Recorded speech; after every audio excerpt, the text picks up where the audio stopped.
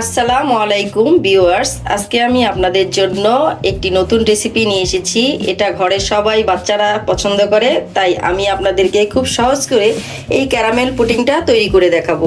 এই ক্যারামেল পুডিংটা প্রত্যেকটা রেসিপি আমার যদি ফলো করেন তাহলে বুঝতে পারবেন, আমি ডিটেলস সব কিছু ভিডিওতে জানিয়ে দিচ্ছি।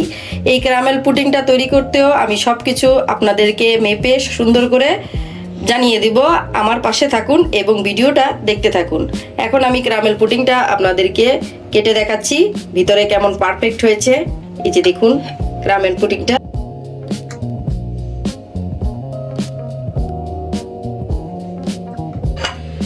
দেখুন কত সুন্দর পারফেক্ট হয়েছে, চারো সাইডে কোনো বাবল আসেনি। এই যে আমার পুডিংটা অনেক সুন্দর, দেখুন কত সুন্দর। এই যে দেখুন কি সুন্দর আমার পুডিংটা, ভিতরে কোনো ফ্লাপি আসে নেই, কত সুন্দর হয়েছে। এখন কি কি উপকরণ লাগছে, কিভাবে তৈরি করছি, আমার ভিডিওটা সম্পূর্ণ দেখুন, আমি দেখিয়ে দিচ্ছি আপনাদেরকে পুরোটাই। এখানে আমি 2 কেজি দুধ জাল করে 1 কেজি করে নিয়েছি। এই যে দেখুন আমার দুধটা অনেক ঘন হয়ে এসছে। এখন আমি এটা ঠান্ডা হতে দিব, একবারে রুম টেম্পারেচারে ঠান্ডা হতে দিয়ে দিচ্ছি। পুডিং তৈরির জন্য এখানে আমি 2 কেজি দুধকে 1 কেজি করে ঘন করে জাল দিয়ে নিয়েছি। 4টি ডিম, আর নিয়েছি এখানে পাউরুটি। এখানে আমি 2 পিস পাউরুটি নিয়েছি। চিনি নিয়েছি আমি 1 কাপ। এখানে আমি 1 কেজি দুধের জন্য মেজারমেন্ট কাপের 1 কাপ চিনি ব্যবহার করেছি। এখানে আপনারা মিষ্টি কম বেশি করে নিতে পারেন। এখানে আমি 1 টেবিল চামচ পরিমাণ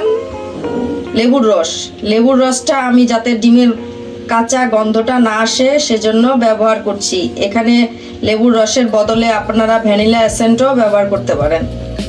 পুডিং তৈরির জন্য আমি এখানে একটি মিক্সিং বল নিয়ে নিয়েছি। এখন আমি এখানে রুম টেম্পারেচারে থাকা 4টা ডিম একসাথে ভেঙে দিচ্ছি। এখানে আমি 4টা ডিম, রুম টেম্পারেচারে থাকা 4টা ডিম ভেঙে নিয়েছি। এখন আমি ডিমগুলোকে ভালো করে মিশিয়ে নিচ্ছি। এখানে আমি ডিমটা সুন্দর করে বিট করে নিলাম। এখন আমি দিয়ে দিব। ডিমটা ভালো করে মেশানো হয়ে গেলে আমি এখানে এই যে মেজারমেন্ট কাপের 1 কাপ চিনি ব্যবহার করছি। চিনিটা আমি ডিমের সাথে আস্তে আস্তে মিশিয়ে নিব কিছুক্ষণ। তারপরে দিয়ে দিচ্ছি লেবুর রস, ঢেলে দিচ্ছি জাল দেওয়া দুধ।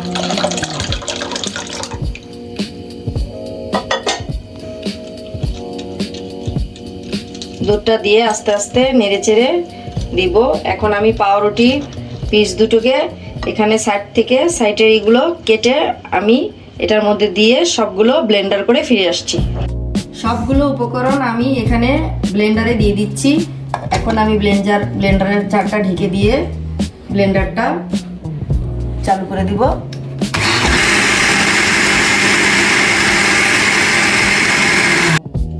এখন একটা মিক্সিং বল নিয়ে নিয়েছি। আমি ব্লেন্ডারের ব্যাটারটা এখানে ঢেলে ছেঁকে নেব। সুন্দর করে আমি এটা ছেঁকে নিচ্ছি। ছেঁকে নিলে এখানে ব্যাটারটা মসৃণ হবে আর পুডিংটা তৈরি হবে অনেক স্মুথ সুন্দর, এখানে বাবলস আসবে না। আর যে এক্সট্রা উপকরণগুলো এখানে সবগুলো উপকরণ সুন্দর করে ছেঁকার পরে এই যে দেখুন আমার সুন্দর করে ছেঁকে নিয়েছি। ক্যারামেল তৈরির জন্য এখানে আমি একটি চুলায় প্যান বসিয়ে দিয়েছি। দিয়ে দিলাম 2 টেবিল চামচ চিনি, আর দিয়ে দিচ্ছি 2 টেবিল চামচ পানি। চিনি আর পানিটা একসাথে দিলে ক্যারামেলটা সুন্দর হবে, তাই পানিটা দেওয়ার অবশ্যই চেষ্টা করবেন। এখানে আমার চিনি আর পানিটা বলক এসে গেছে। এই যে আস্তে আস্তে আমি এটা নেড়ে ক্যারামেল তৈরি করে ফিরে আসছি। চিনিটা আমার আস্তে আস্তে ক্যারামেল হয়ে যাচ্ছে। এই যে দেখুন আস্তে আস্তে গোল্ডেন কালার এসে গেছে। আর একটু নাড়াচাড়া করে, আমি বেশি কালো করতে যাব না, কারণ কালো করতে গেলে পরে প্যানের তাপে এটা আরও ডার্ক হয়ে যাবে। তাই এটা যখন আরেকটু গোল্ডেন হয়ে যাবে তখন আমি এটা যেই পাত্রে পুডিংটা বসাবো ওই পাত্রে ঢেলে নিব। এই যে দেখুন আমার গোল্ডেন কালার চলে এসছে। এটা ঠান্ডা হতে হতে আর একটু ডার্ক হয়ে যাবে। এই যে এখানে ক্যারামেলটা আমার তৈরি হয়ে গেছে, এখানে চিনির ক্যারামেলটা তৈরি হয়ে গেছে। এই যে ক্যারামেলটা ডার্ক হয়ে গেছে। এখন আমি এটা নামিয়ে নিচ্ছি। ক্যারামেলটা বাটিতে আমার সেট হয়ে গেছে। এখন আমি পুডিংয়ের মিশ্রণটা ঢেলে দিচ্ছি।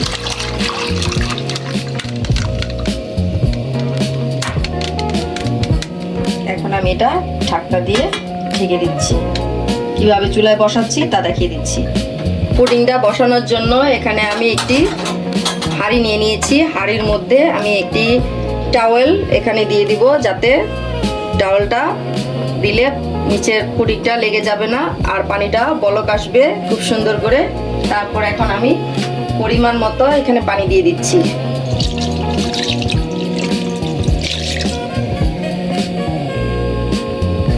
পরিমাণ মতো পানি দিয়ে এখন আমি পুডিংয়ের মিশ্রণটা বসিয়ে দিচ্ছি।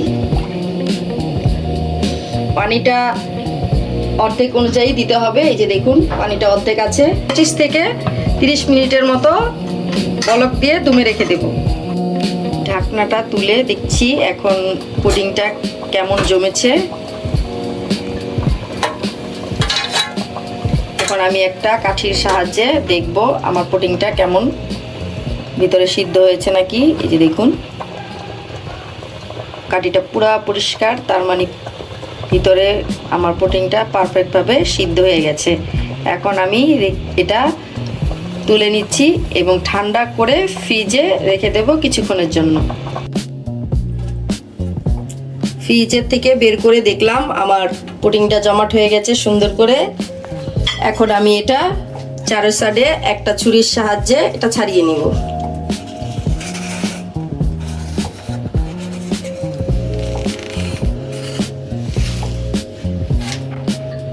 এখন একটা প্লেট দিয়ে এটা আস্তে করে উল্টিয়ে এটা ঢেলে নিব। এখন আমি আস্তে আস্তে এটা তুলে নিলাম। এই যে দেখুন পারফেক্ট আমার ক্যারামেল পুডিং। আমার রেসিপিটি যদি আপনারা পর্যায়ক্রমে ফলো করেন তাহলে এই ক্যারামেল পুডিংটা পারফেক্টভাবে তৈরি করতে পারবেন। আমার রেসিপিটি যদি ভালো লেগে থাকে তাহলে লাইক, কমেন্ট এবং শেয়ার করতে ভুলবেন না। আর আমার চ্যানেলটি অবশ্যই সাবস্ক্রাইব করবেন। নতুন নতুন রেসিপি পাওয়ার জন্য বেল আইকনটি বাজিয়ে রাখবেন, পেয়ে যাবেন আমার নতুন রেসিপি। আর যারা সাবস্ক্রাইব করেছেন তাদেরকে অসংখ্য ধন্যবাদ।